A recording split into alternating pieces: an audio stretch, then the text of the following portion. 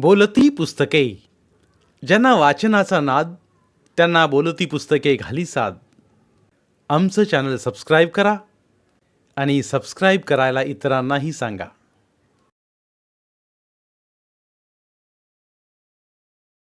नमस्कार श्रोते मित्र हो, बोलती पुस्तके सादर करीत आहे ज्येष्ठ साहित्यिक जयवंत दळवी लिखित कादंबरी सारे प्रवासी घडीचे.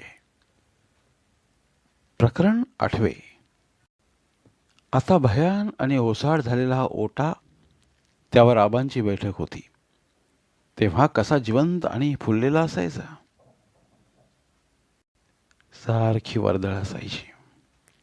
लोलाला टेकून मध्यभागी आबा बसत. समोर उतरत्या फळीचे बैठे मेज होते. बाजूला एका खोक्यात काळ्या आणि तांबड्या शाईच्या 2 दौती, 2 टाक आणि काळी वाळू. कबुलायती, किर्द खतावण्या, पावत्या लिहिण्याचे काम चालू असे. ओठ्याच्या कडेकडेने भंडारी फटकुराच्या घडीवर उकिडवे बसत. महार चांभार. अंगणाच्या एका टोकाला फणसाचे झाड होते. त्या झाडाच्या सावलीत उभे राहत धनियानो अशी हाक मारून त्यांचा आबांशी संवाद झाले. दुपारच्या जेवणानंतर 15-20 कोवाड्यांचा अड्डा या ओट्यावर बसलेला असायचा.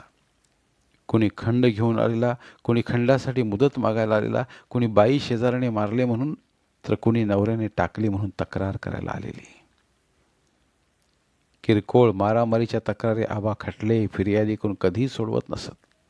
ते आधी देवदेवस्कीच्या कथा सांगत, आपल्या आयुष्यातल्या विस्मयजनक अशा आठवणी सांगत. गावात भांडणे केली आणि तिची वागणूक केली तर गावभर ईश्वरी कोप कसा होतो याची रसभरीत वर्णने करीत आणि मग बऱ्याच वेळाने उभय पक्षात दिलजमाई करून देत.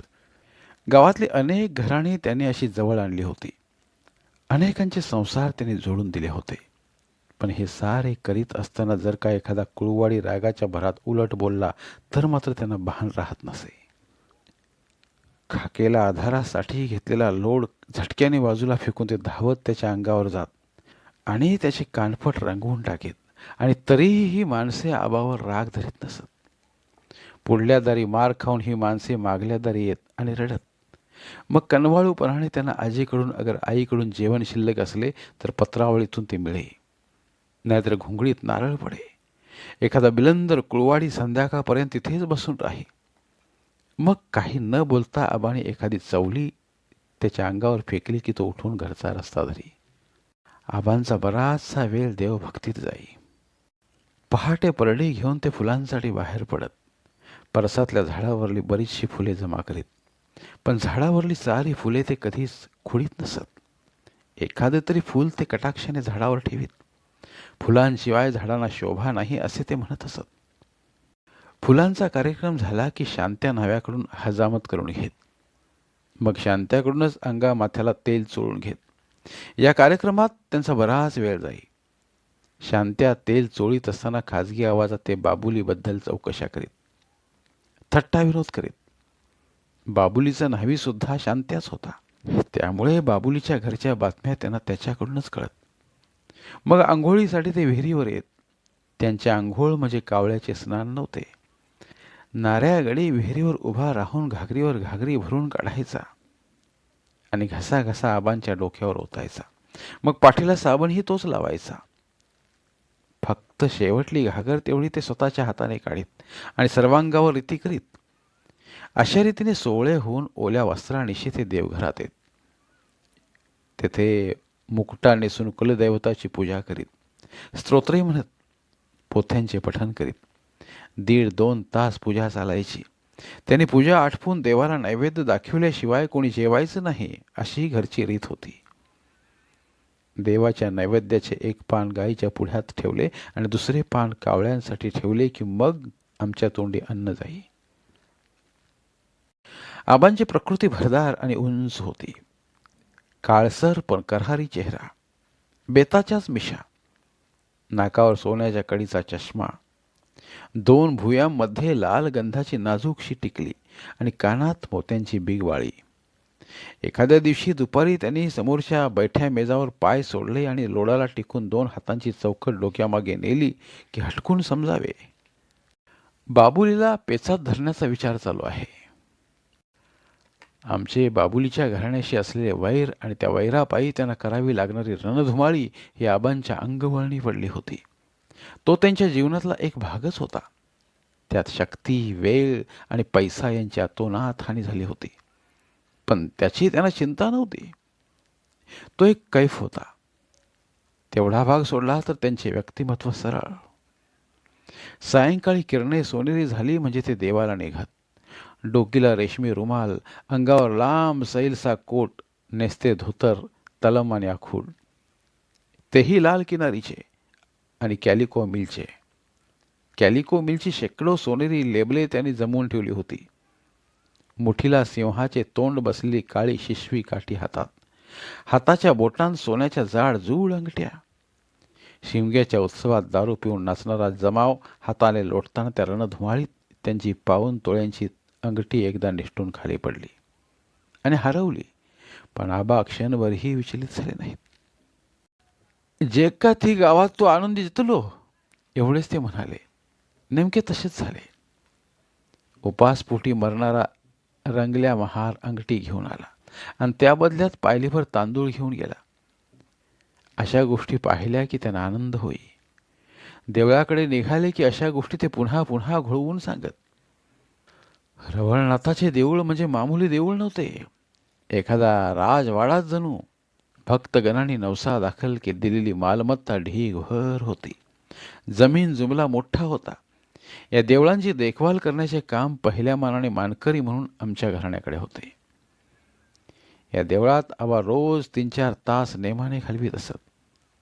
घराकडून ते निघाले की त्यांच्या पाठोपाठ खाली माना घालून चालणारे 8-10 लोक तरी हमखास असत.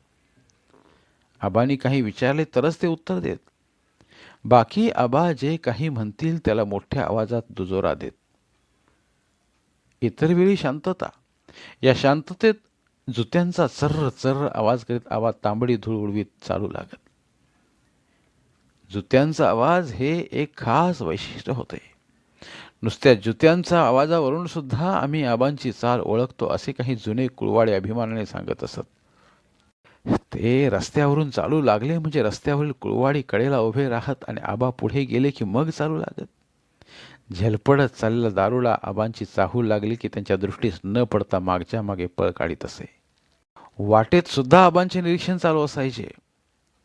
रगल्या महाराच्या पोटाची खळगी पाहून त्यांचा हात आपोआप खिशात जात असे आणि रगल्याच्या हाती पावली चवली पडत असे. भिवाच्या घरावरले नळ फुटलेले दिसले तर आपल्या घरच्या साठ्यातून 5-50 नळे घेऊन जा असे फरमावून ते पुढे जात.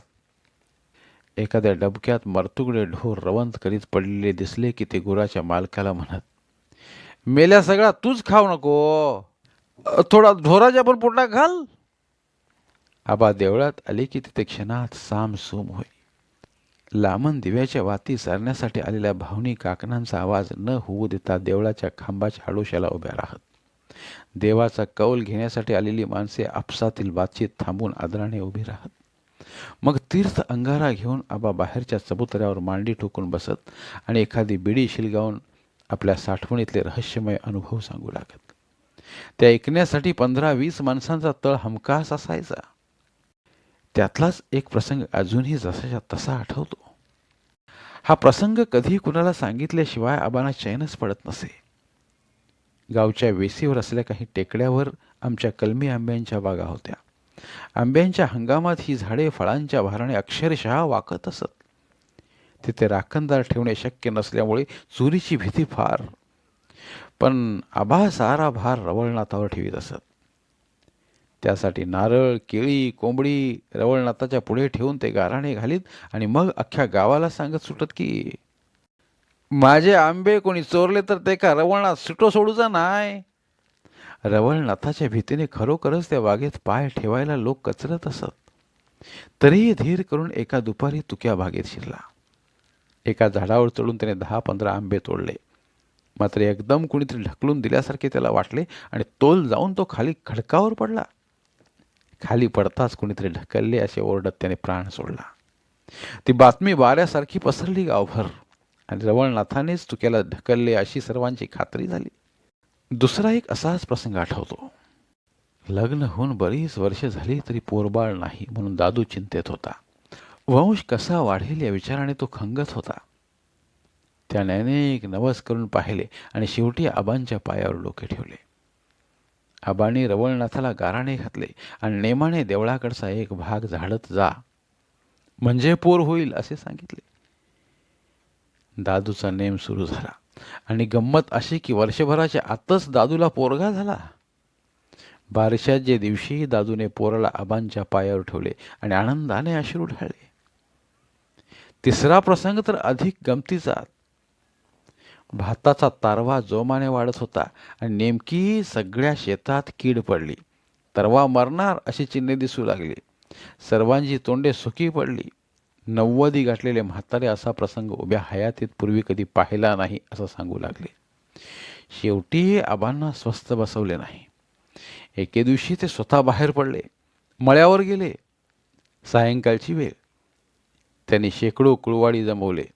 केळीच्या पानावर भात वाढून आणला, वर गुलाल टाकला, टाचणी टोचून लिंबू ठेवले.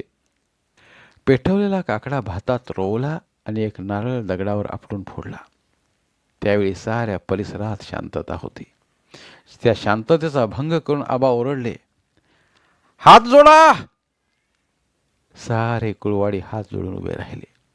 मग महाराजा रवळनाथा अशी आरोळी ठोकून आबाने रवळनाथाला गाराणे घातले आणि ते डोळे मिटवून उभे राहिले.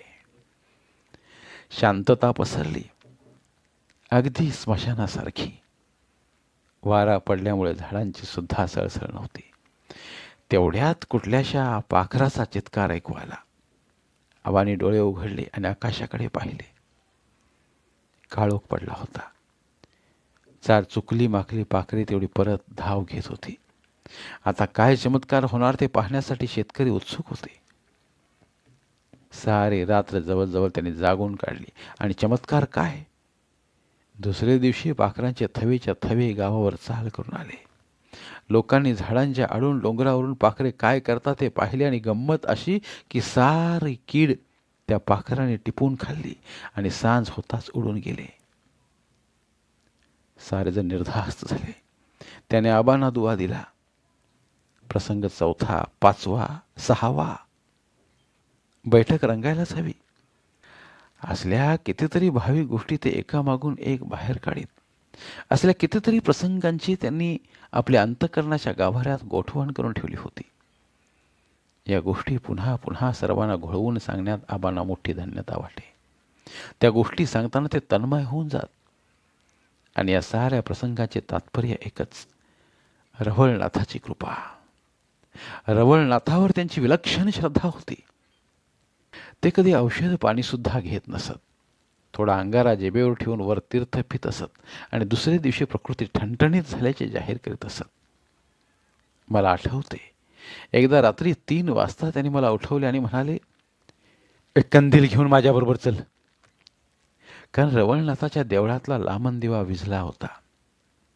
मी डोळे चोळीत फक्त त्यांच्याकडे पाहत राहिलो. त्यातले अवाक्षर सुद्धा मला कळले नाही. रवळनाथाच्या समोरचा लामण दिवा विझला हे त्यांना भलत्या वेळी सांगितले कुणी. एवढाच एक प्रश्न माझ्या मनात होता. पण रवळनाथ त्यांच्या स्वप्नात आला होता. येऊन दिवा लावून जा असे त्याने सांगितले होते. आम्ही दोघेही लगाबगा देवळात गेलो आणि पाहतो तो खरोखरच रवळनाथाच्या पुढ्यात किच्चा अंधार होता. सारे दिवे विझले होते. सर्व दिव्यांच्या वाती पेटवून आम्ही घरी आलो.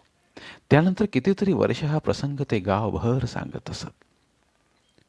तो प्रसंग सांगताना त्यांना हर्ष व्हायचा. त्या दृष्टांतामुळे आपले जीवनच उजळून गेल्यासारखे त्यांना वाटायचे. असे आबांचे जीवन होते. सर्वांनी प्रामाणिकपणाने राहावे, रवळनाथावर श्रद्धा ठेवावी, आपल्या घराण्यावर कुळवाड्याने निष्ठेने प्रेम करावे. दारू प्यायचीच असली तर ती बेताने प्यावी असे आबांना मनापासून वाटे. गावातली माणसे सुखी असावीत, आनंदी असावीत. कोणी संकटात असला तर त्याने आपल्याकडे यावे, मन मोकळे करावे अशी त्यांची इच्छा असे. त्यासाठी वर्षातून एकदा उन्हाळ्यात आमच्या घरी सामुदायिक कार्यक्रम असत. गावातल्या 25-30 बायका येऊन पत्रावळी आणि द्रोण लावीत असत. त्यानंतर पापड घालण्याचा मोठा कार्यक्रम असे. दुसऱ्या 25-30 बायका येत आणि 1000-1500 पापड घालीत. दुसऱ्या आवटातल्या बायका येत आणि 400-500 आंब्यांचे लोणचे घालीत. प्रत्येकीला परत जाताना पापड मिळत, लोणचे मिळे, चांगले 15-20 दांडगे झिलगे येऊन जळाऊ लाकडे फोडून जिलिप्यांचा मोठा डोंगर रचून ठेवीत.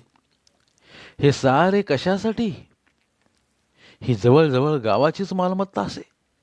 पावसाळ्यात कुणाच्या घरी आजार असला की त्यांनी आमच्या घरी यावं. पापडांची जुडी न्यावी, द्रोणातून लोणचे न्यावे. दुपारी काही ना काही कामासाठी येणाऱ्या कुळवाड्यांनी पत्रावळी पुढ्यात ओढून जेवायला बसावे. गावात कुणी म्हातारी मेली तर तिच्या पोराने निर्धास्तपणे यावे आणि गाडाभर लाकडे घेऊन जावीत, अशी प्रथा होती.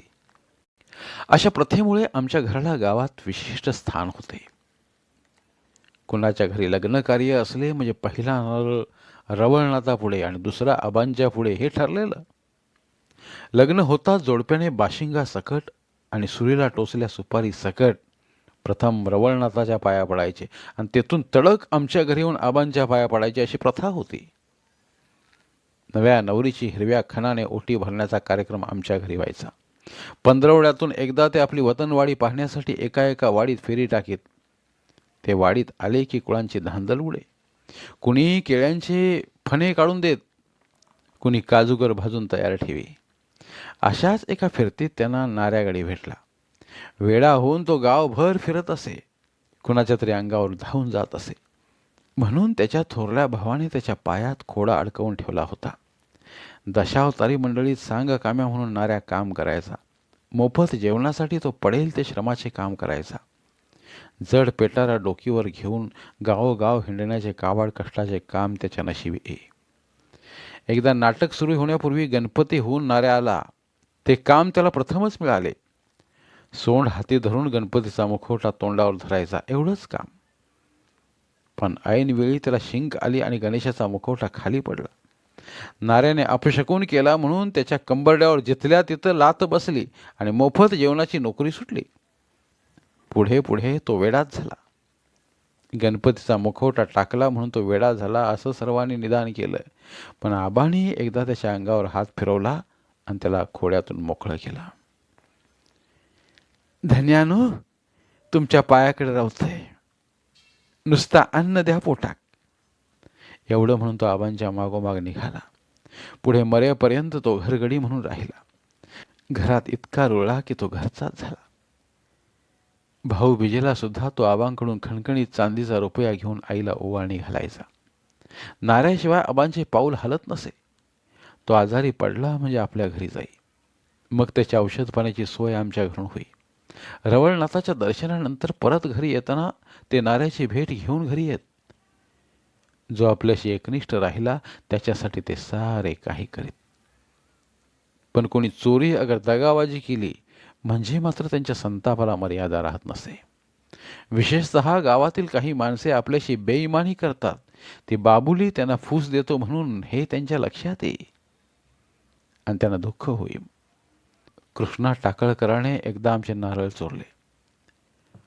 तू नारळ चोर आणि खा, आबा काय करतात बघूया, अशी त्याला बाबुलीने हमी दिली होती. त्या हमीवर कृष्णाला चोरी करायचा धीर झाला. पण आबांनी त्याची गय केली नाही. प्रथम त्यांनी त्याच्या कानशीला रंगवली आणि वर फिर्याद दाखल केली. कृष्णाला दंड झाला, पण तो भरणार कुठून? दंड भरला नाही तर तुरुंग. आबा कोर्टाच्या बाहेर पडले तेव्हा कृष्णाने त्यांच्या पायावर लोटांगण घातले आणि तो घळाघळा रडला. झाले. क्षणापूर्वीचा त्यांचा राग पार विरून गेला. आता हा आपल्या गावातला इसम तुरुंगात जाईल आणि त्याची बायका पोरे आपल्या दारी येऊन रडतील या विचाराने ते विरघळले. दंडाचे पैसे आबांनी स्वतःच भरले आणि त्यांनी कृष्णाला सोडवून घेतले. धन्यवाद. उर्वरित कादंबरी पुढील भागात.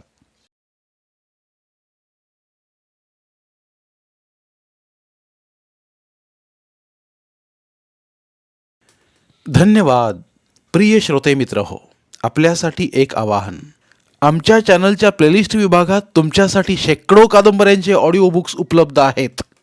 तिथे प्रत्येक कादंबरीचे सर्व भाग एकत्रित मिळतील. त्यामुळे सध्या सुरू असलेल्या क्रमशः कादंबरीच्या पुढील भागासाठी वाट पाहण्याची गरज नाही. तुमच्या वेळेनुसार तुम्ही संपूर्ण कादंबरी सलगपणे ऐकू शकतात आणि साहित्याचा आस्वाद घेऊ शकता. कृपया आमच्या चॅनलच्या होमपेजवर जाऊन प्लेलिस्ट चेक करा आणि तुमची आवडती कादंबरी निवडा. धन्यवाद.